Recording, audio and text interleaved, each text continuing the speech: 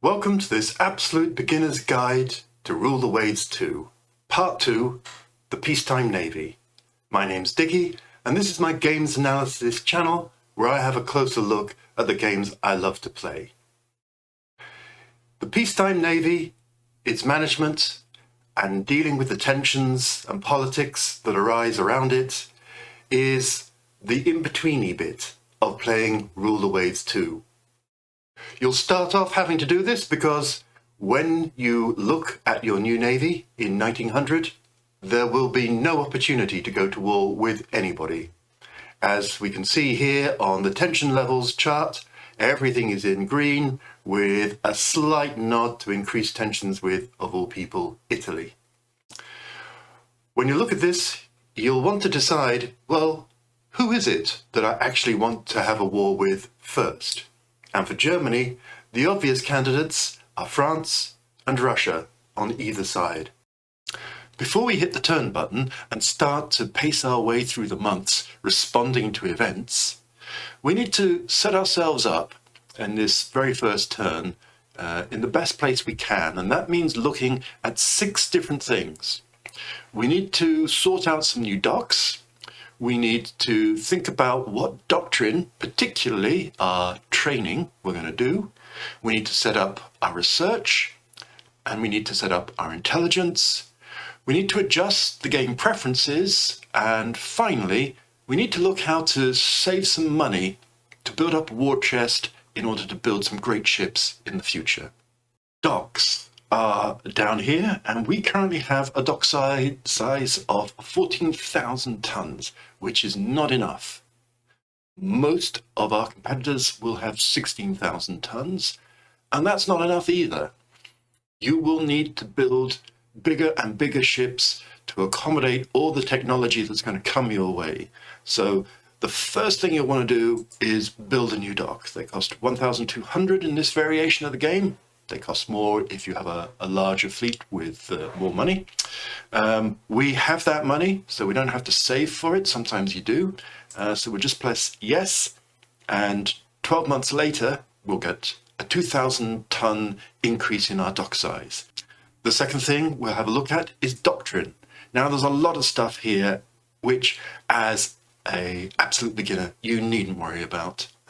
I rarely touch most of this stuff too.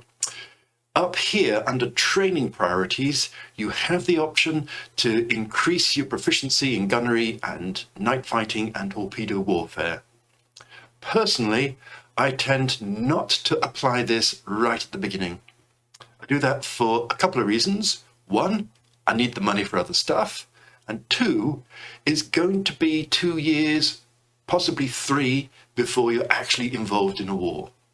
So you can wait until tensions are much higher. So I'm just going to close that. Research, however, is something you need to decide straight away. Research is controlled with 2 numbers. First of all, is the priority you give it, and secondly, the percentage of your budget you give it. By default, it's at 8%. I don't think anybody plays with an 8% budget. Optimum is 10%. And maximum is 12%, but you are seeing considerable diminished returns in those final 2% of budget that you commit to research. I'm just going to click OK for a moment and have a look at the almanac and just see how well we're doing compared to other countries. So if I click on Germany and our national data, you can see here that under technological developments, we're behind. Now, one of our benefits is we are a tech leader, so I would expect us to start to catch up pretty quickly, but I want to catch up as fast as possible. Hence, setting it to 12% is probably worthwhile, at least for the first 2 years, until we see ourselves catch up. For comparison, Britain is average, France is average, Italy is average, Russia is average, Japan is behind, and America is average. America and Britain will soon probably pull away into advanced levels of technology, and we need to be with them. So back at the research, the next task, having set the overall size, is what priority to set things. These priorities are a relative. So if you set everything to high, it's exactly the same as setting everything to low. What you need to do is decide which to emphasize and which to de-emphasize. Personally, I like to set everything to low and then push some things up. I don't know, psychologically, it just seems easier to baseline low as the norm rather than taking medium as the norm and deciding which ones you're going to disadvantage. So I'm just going to do that off camera. So that's everything set to low. What would I recommend you pushing up? Well, later in the game, this is part of the fun of the game. It's your strategy. You decide where you want to put the emphasis. It's a safe bet that you will want guns on medium or high. You can do no wrong by having better guns in this game. I'm going to put that to medium. Germany has a number of advantage technologies, so I'm going to put those onto medium because why not just go with what you're good at? So that's armor piercing projectiles, subdivision and damage control, and armor development. Basically, German ships tend to be tough nuts that hit hard, even though they actually have smaller guns than any of the other navies. Then there's a question of what you think is most important. There are several candidates for this. Machinery development is certainly one. The cost of making your ships go faster is extortionate once it goes past a certain level. So increasing that certain level is a huge bonus. Fire control is another candidate. In 1900, the noble art of hitting a ship out at 10,000 yards is rubbish. You have to close to 5,000 yards or less to have a reasonable chance. That's why pre-dreadnoughts have a mixture of large caliber and medium caliber guns, because the large caliber ones alone aren't going to hit a ship often enough to cause it to sink. So you have to get in close and ravage it with medium-sized guns. Ship design is another obvious candidate. You need to have at least two technologies rather, in ship design in order to start to build some of the more exciting dreadnought battleships and battle cruisers. So I'm going to say yes to ship design. I'm going to say yes to machinery development. And go on then. Yes to fire control. I mean, you'd love everything to be a priority, but you have to make some tough decisions. Okay, I'm not putting any to high in particular. I will leave that for a year or two's time when a number of technologies have come through so that I can look at any one I would really like to push forward because it's falling behind. Let's click OK on that. And then look at our intelligence. Now, because tensions are low throughout, you could just leave intelligence at none. I tend to push it up for France and Russia, just low, just to see what they're doing a little bit. And then as tensions increase, and as Britain and the USA become more advanced in their tech, increase the effort on those countries. Preferences. Again, another classic screen with a lot of buttons on. Luckily, you really only need to concentrate on this lot here, really. The rest are mainly about notifications. Do you want to play on Admiral's mode, where you just command the flagship and the rest of the fleet follows your orders, which in 1900 is follows your orders if you're lucky? Rear Admiral mode, where you can command any or all squadrons in your fleet to at least go in the directions you'd like them to go. Or Captain's mode, where you can do that. Plus, you can manually direct where they fire their guns and when they loose a set of torpedoes. The overhead of captain's mode, particularly in a large fleet battle, can be a lot, but obviously some players love to micromanage their fleets. I would recommend for you to stay at Admiral's mode, at least for your first couple of tries, and then go down to Rear Admiral's mode and see how that goes for you. You get less victory points if you play in Rear Admiral's mode, -10, and -20 if you play in Captain's mode.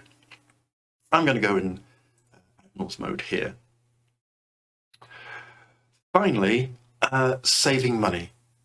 Now, actually, the funds available after I've built my docks are a reasonably generous 3,400, and I'm getting 350 a month. But I can do better than that, because 350 a month is not a lot. And I can do better than that through simply popping my fleet into reserve. When you're in reserve, the quality stays at fair. Had I kept the fleet in active, the quality would have increased to good. If I put any into mothballs, the quality of the crew would go down to poor. And I don't really want that at this stage, although it's a perfectly legitimate choice. Particularly, for example, if we look at the ships that the game has given us, we have these two Vet-in class battleships, which are totally solid pre-dreadnought battleships. Nothing wrong with these. 10-inch armor scheme, 11-inch guns, which is the most that Germany has, secondary battery of 6 inches and then 3 inches, 4 torpedo tubes. Fine. You're unlikely to do much better. If we look at the VAT, we will see it's only got 9-inch armor scheme and 9-inch guns, which is rubbish. At least it's still 18 knots. Sometimes you get some very slow ones. And if we have a look at what's building, we can see we have another of the poor VAT class, and we have a Mecklenburg, which is another 9-inch gun battleship, if you wish to call it a battleship. I can't imagine that these ones are going to stay in my fleet for terribly long, but you know, those are the cards that the game has dealt me, so we will think about that. You could, to raise money, you could halt construction of the Mecklenburg, and that will take us from, currently we've got 1,100. If we halted construction, that would generate 2,700, which, you know, if we had something better to build, would be a very worthwhile saving. Or we could scrap the Mecklenburg, and that would give us 280, as well as saving us this 700. I'm again, legitimate strategy, given they're not very good, but for now, we probably need the battleships. If we look at the almanac, we have 3 in 2 building. One of the nice things about a very small fleet is the fleet sizes are very even, so you can see we're doing well against Britain and all the rest of them. So actually saving that money on the Mecklenburg now looks a better idea. So yes, let's scrap it because it's rubbish. And there it goes. So that's us all set up. All we have to do now is churn through the months and see what is dealt our way. Oil discovered in South Africa. Well, lucky old Britain. That gives them another source of oil. Oil is really important when you want to move to oil as a much more efficient fuel before 1920. After 1920, it doesn't matter. It's assumed that everyone all around the world uses oil. Next turn, Nationalist Party manages to persuade the Kaiser to authorize increased funding for the Navy. Hooray! So currently we are at 72.5. Let's when we press the turn button next turn, we'll see what that goes up to. Kaiser wants to hold an international gunnery naval gathering with a sailing regatta in competition. How very Kaiser of him. So yeah, it will cost money, but you don't want to really worry about that. Or we can support the Kaiser. When you hover over these options, you should get some measure of what they will do. Sometimes, like this, it won't do anything, but if we go for it, we will decrease tension, boo, but gain prestige, hooray. So we'll do that. Russia's building some coastal defenses, and there you can see all of the tensions went down. If I press turn, spy from Japan, cheeky Japan. Let's give it maximum publicity because we don't really care about Japan, and we've suffered a setback in getting bigger destroyers. And there our budget went from 72.5 to 73. So a little bit nudge up. Now this is pretty much the norm. In the first 6 months of the game, you don't get a lot of techs, but then in the second 6 months of the game, you do. And you try and spend your first year crafting your responses to these turns to one that will generate a war with the country that you want. So we don't really want to have a war with Japan. I mean, it wouldn't be the most awful thing. We do have possessions in the Far East, and we could send our fleet out there. If we sent it in peacetime, we'd have to anticipate it for these Vettin class battleships. You can't send short-range ships to different sea areas during the war. So here's a famous Dutch spy, Mata Hari. So what has she found for us? So this is a new French battleship. Meh, not exactly overwhelmed with that, so that's fine. Although 19 knots can give it a little bit of an advantage. Slight increase in tensions. If you hover over, you will see that it's only at tension 4. Spy from Italy. Everyone's spying on us. Well, let's give it maximum publicity too. Russians are increasing their spending. One of our cruisers has run aground. Our cruisers run aground all the time.